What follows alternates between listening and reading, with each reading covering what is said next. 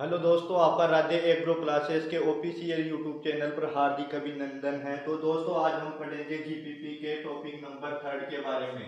अपन दोस्तों seed technology का chapter पढ़ रहे थे। अपन आज पढ़ेंगे कि सीड क्वालिटी क्या होती है, गुड सीड के क्या करेक्टर्स होते हैं, कुछ इंपॉर्टेंट टर्म्स के बारे में डिस्कशन करेंगे। इंपॉर्टेंट टर्म्स के बारे में जैसे सीड इंडेक्स क्या होता है दोस्तों, टेस्ट वेट क्या होता है, डोकेज क्या होता है, रियल वैल्यू ऑफ सीड की क्या होती है, और उसके बाद में अपन अंत में पढ़ेंगे कि सीड को कितने भागों में बांटा गया है। तो दोस्तों, आज हम पहले टॉपिक के बारे में डिस्कशन करेंगे कि सीड क्वालिटी क्या होती है। दोस्तों, सीड क्वालिटी के बारे में अपन पढ़ेंगे कि उन्नत किस्म के बीजों की अंकुरण क्षमता, बौद्धिक क्षमता, आनुवंशिक क्षमता, बीजों में नमी की प्रतिशतता, बीज स्वास्थ्य, बीज और आदि को सम्मिलित रूप से सीड क्वालिटी बोला जाता है, बीज गुणवत्ता बोला जाता है। उसके बाद में दोस्तों अपन पढ़ेंगे कि गुड सीड के क्या कैरेक्टर्स होते हैं।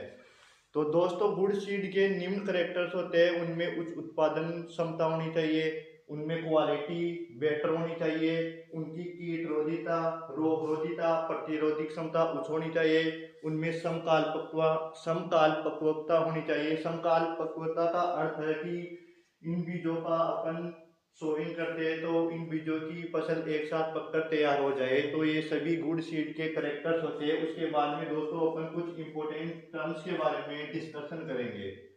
तो दोस्तों, पहला टर्म्स है सीड इंडेक्स। क्या होता है दोस्तों? सीड इंडेक्स वह होता है जिसमें 100 बीजों के भार का अध्ययन किया जाता है। तो सीड इंडेक्स का प्रयोग उन फसलों के लिए किया जाता है जिनके बीज बड़े आकार के होते हैं, जैसे दोस्तों मक्का, सोयाबीन। उसके बाद में दोस्तों अपन पढ़ेंगे टेस्ट वेट क्या होता है। टेस्ट वेट 100 बीजों के भार को बोला जाता है और इसका प्रयोग उन फसलों के लिए किया। सॉरी दोस्तों, टेस्ट वेट 1000 बीजों के भार के लिए प्रयोग किया जाता है और इसका प्रयोग उन फसलों के लिए किया जाता है जिनके बीज छोटे आकार के होते हैं, जैसे गेहूं, सरसों, राई। उसके बाद में दोस्तों अपन डोकेज के बारे में पढ़ेंगे। डोकेज क्या होता है? किसी सीड सैंपल में उपस्थित अशुद्धियों की प्रतिशत मात्रा को डोकेज कहा जाता है। इसका फॉर्मूला होता है दोस्तों जिसकी सहायता से अशुद्धियों की मात्रा की गणना की जाती है। इसका फॉर्मूला होता है डोकेज बराबर अशुद्धियों का भार बटे सीड सैंपल का कुल भार मल्टीप्लाई 100। इसके बाद में दोस्तों रियल वैल्यू ऑफ सीड, इसके बारे में डिस्कशन करेंगे। रियल वैल्यू ऑफ सीड क्या होती है दोस्तों? Purity percentage multiply germination percentage upon 100। इससे अपन रियल वैल्यू ऑफ सीड का मान ज्ञात कर सकते हैं। और फील्ड क्रॉप के लिए रियल वैल्यू का मान 65% से 90% के मध्य होता है। और दोस्तों मतलब सबसे कम रियल वैल्यू कॉटन की होती है 65, और सबसे ज्यादा रियल वैल्यू मेज की होती है। उसके बाद में दोस्तों अपन एक क्वेश्चन के बारे में डिस्कशन करेंगे जो रियल वैल्यू के फॉर्मूले पर आधारित है। तो क्वेश्चन पढ़ते हैं दोस्तों अपन। यदि एक किस्म के 1000 ग्राम बीजों में 125 ग्राम अशुद्धियां उपस्थित है तथा इसका अंकुरण 92% है, तो इस के लिए रियल वैल्यू का मान ज्ञात करो। दोस्तों, अभी मैंने आपको बताया है कि रियल वैल्यू का मान कैसे ज्ञात किया जाता है। तो रियल वैल्यू का फॉर्मूला क्या होता है दोस्तों? Germination percentage multiply purity percentage बट्टे 100। इनको इनसे अपन रियल वैल्यू का मान ज्ञात कर सकते हैं। तो रियल वैल्यू को अपन को 200% में अंकुरण प्रतिशत का यानी कि जर्मिनेशन परसेंटेज दे रखा है और अपन को प्योरिटी परसेंटेज का मान पता नहीं है। तो सबसे पहले अपन प्योरिटी परसेंटेज का मान ज्ञात करेंगे। उसके बाद में हम प्योरिटी परसेंटेज और जर्मिनेशन परसेंटेज को इस फॉर्मूले के अंदर पुट कर देंगे तो रियल वैल्यू का मान आ जाएगा। तो अपन को क्वेश्चन के अंदर क्या क्या चीजें दे रखी है वो अपन अभी देखेंगे। तो अपन को टोटल वेट दे रखा है 1000 ग्राम और अशुद्धियों की मात्रा 125 ग्राम दे रखी है। तो अपन प्योरिटी का मान ज्ञात कर सकते हैं। तो प्योरिटी बराबर 1000 माइनस 125 बराबर 875 ग्राम अपन को प्योरिटी का मान आ गया है। तो ये प्योरिटी का मान अपन को दोस्तों ग्राम में आया है। तो अपन को इसको परसेंटेज में कन्वर्ट करना है क्योंकि अपन को जर्मिनेशन का मान परसेंटेज में दे रखा है। तो अपन इसको परसेंटेज में कन्वर्ट करेंगे तो प्योरिटी परसेंटेज बराबर 875 बटे 1000 गुना 100। तो अपन को प्योरिटी परसेंटेज 87.5 5% आ गया। तो अब इसको अपन फॉर्मूले के अंदर कन्वर्ट कर देंगे, पुट कर देंगे। तो रियल वैल्यू बराबर purity percentage multiply germination percentage बटे 100। तो आर बी बराबर 87.5 गुणे जर्मिनेशन परसेंटेज अपन को क्वेश्चन के अंदर दे रखा है 92 बटे 100।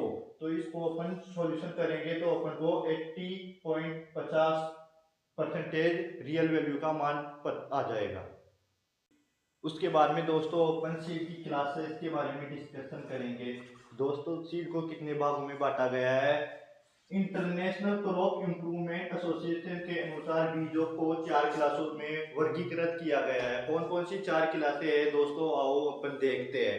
पहले क्लास है दोस्तों ब्रीडर सीड, दूसरी है फाउंडेशन सीड, तीसरी है रजिस्टर्ड सीड, चौथी है सर्टिफाइड सीड। दोस्तों ब्रीडर सीड को प्रजनक सीड बोला जाता है, फाउंडेशन सीड को आधारीय बीज बोला जाता है, रजिस्टर्ड सीड को पंजीकृत बीज बोला जाता है और सर्टिफाइड सीड को प्रमाणीकृत बीज बोला जाता है। दोस्तों अब इनमें अलग अलग टैग भी लगा हुआ होता है। ब्रीडर सीड में सुनहरा पीला यानी कि गोल्डन येलो टैग लगा होता है और उसके बाद में फाउंडेशन सीड में व्हाइट कलर सफेद कलर का टैग लगा होता है इनके पैकेट के बाहर। और उसके बाद में रजिस्टर्ड सीड के ऊपर बैंगनी कलर यानी पर्पल कलर लगा होता है और उसके बाद में रजिस्टर्ड सीड आता है और इस रजिस्टर्ड सीड पर नीला कलर यानी कि ब्लू कलर का टैग लगा हुआ होता है। तो अपन इन बीजों को डिटेल्स में पढ़ेंगे। तो पहला सीड के बारे में आज अपन डिस्कशन कर रहे हैं ब्रीडर सीड। ब्रीडर सीड इनका उत्पादन प्लांट ब्रीडर के द्वारा लेबोरेटरी में तैयार किए जाते हैं। इनकी आनुवंशिक शुद्धता सबसे अधिक होती है दोस्तों, इनकी आनुवंशिक शुद्धता 99.9 होती है, जिसके कारण ये बीज बहुत कम मात्रा में उपस्थित होते हैं और ये बहुत अधिक महंगे होते हैं क्योंकि इनको बनाने में बहुत अधिक समय लगता है।